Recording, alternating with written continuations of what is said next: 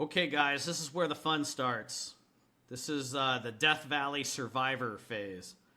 This is where you have now made the jump from being a manager to being an executive, because at the end of this phase, and it's going to take 2 years to get there. As the owner, all you're doing is meeting with realtors and designers, doing your referral marketing. Your main job is just recruiting and building relationships and managing your team. Because in the first year, we're going to add a project director, a project manager, and an office manager. Now, in the first year, we're gonna go from 4 to 6 million. So in year one, now what we are going to do is we're going to turn up the volume on our marketing to a phase 4 level 4 months prior to when we want to grow to that. So the point is, going back to phase 3, the moment you hire that design director is when we're going to increase our marketing to a phase 4 level. Okay? And a phase 4 level, what does that look like? Well, it looks like $6,400 per month. We basically double our spend. If a safer route is to, before the trigger to start that, when you're ready to grow to phase 4, is when your first phase 3 cohort, your second phase 3 cohort. So your first phase 3 cohort triggered, leaving design, triggered you to hire a PM, and when it hit framing, triggered you to hire your design director and estimator. Okay, cool. What I want you to do is to wait until your second phase 3 cohort hits build, and what I want you to do is to go halfway. We were spending $3,200. I want you to go to $4,800. Okay, $4,800 a month. $4,800 a month is going to put 10 projects. So your cohort was 8 projects at 1.6 million. Now it's going to be 10 projects at 2 million, implying you're a $6 million business. Okay?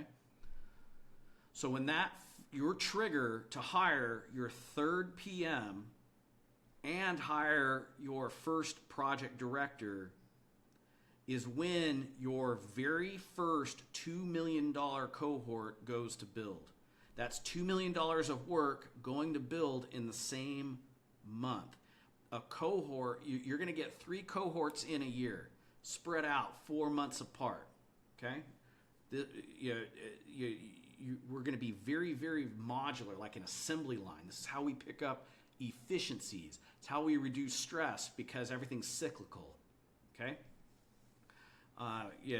So anyway, we're putting 10 of those jobs into build at the same time, or rather $2 million. That's our trigger. $2 million, we hire our very first project manager, our third project manager. We hire our first project director, because we're going to need that if we want to grow any bigger. And at this point, and so then we're not going to hire the office manager yet. What we're going to do is we're going to wait for that $2 million cohort to sign its build contracts. To hit framing. And that's when we hire the office manager. And the reason why is just cash flow. Because with $6 million worth of build, that's just too many transactions. That's too much bookkeeping. That's too much accounting. This is your in-house bookkeeper, right? Right? They're doing your WIP/EVA. It's just too much, way too much to handle, or to trust a VA to do, because there's just too much money.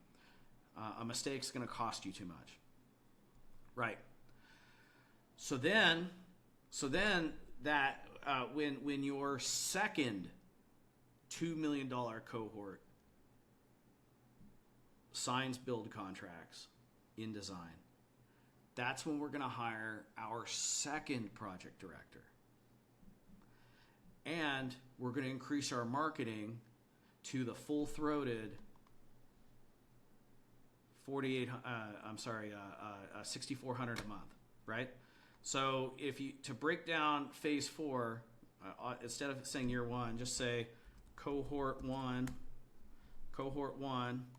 and then here is cohort 2, and just know a cohort is $2 million of build, okay?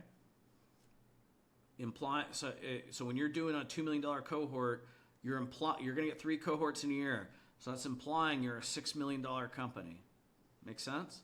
So with your first $2 million cohort, that's when we hire our project director or project manager, when that signs build contracts. When it gets to framing, that's when we hire the office manager. Okay? When our second cohort goes to build contracts in a month, it's when we hire our second PD, and we wait until that thing hits framing for us to hire our in-house estimator. Okay? This person is coming from the same place we found our original design director in the previous phase, right? He's a professional estimator from a big commercial shop or a big home builder, right? Or a big remodeler. It's even better. But what we're not doing is we're not hiring a failed general contractor.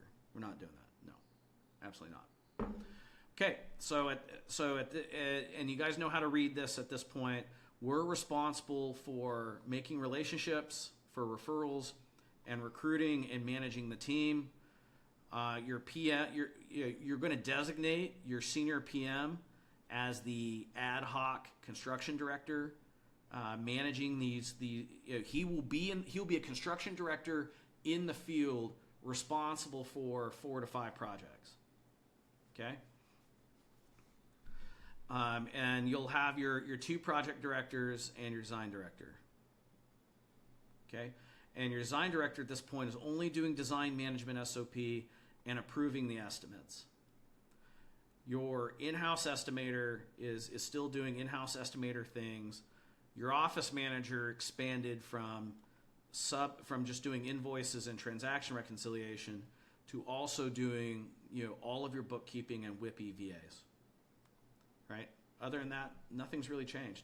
Your project managers are responsible for estimate review but here's the thing, guys. Before any contracts get put in front of a homeowner, the PM responsible for that job, for that potential job, has to review the estimate and approve it. Straight pro tip. Okay. Anyway, let's talk about the math to get here. $6,400 a month.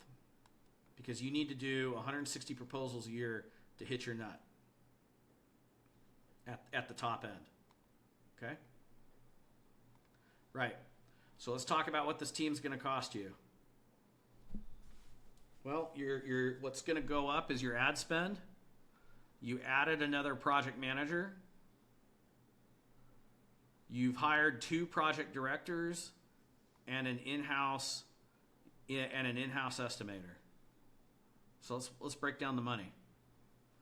Okay? Remember so now we're an $8 million company. At the end of this, 37% profit. Look at that. Overhead hasn't changed at all. Right? Here we don't need to reinvest as much.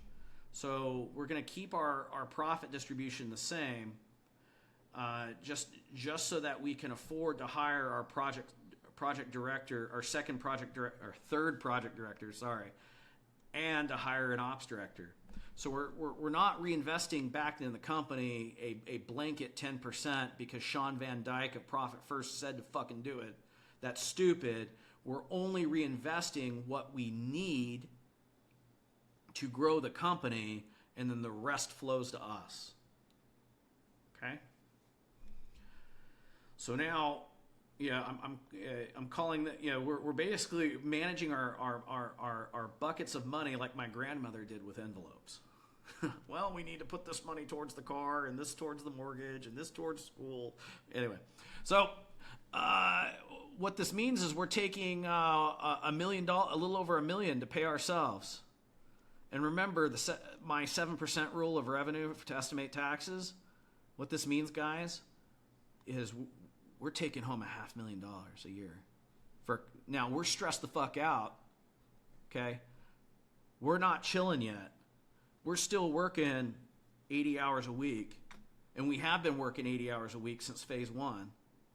But guess what? Guess what? Or rather, 60 hours a week. This is more of a 60. In this case, this is 80. The previous phases are more like 60-hour work weeks. We have to surge. This isn't really Death Valley because you're making a ton of money. But most guys at this point are like, fuck it, this is too hard. And that's when they hire an ops director early, and then they never grow.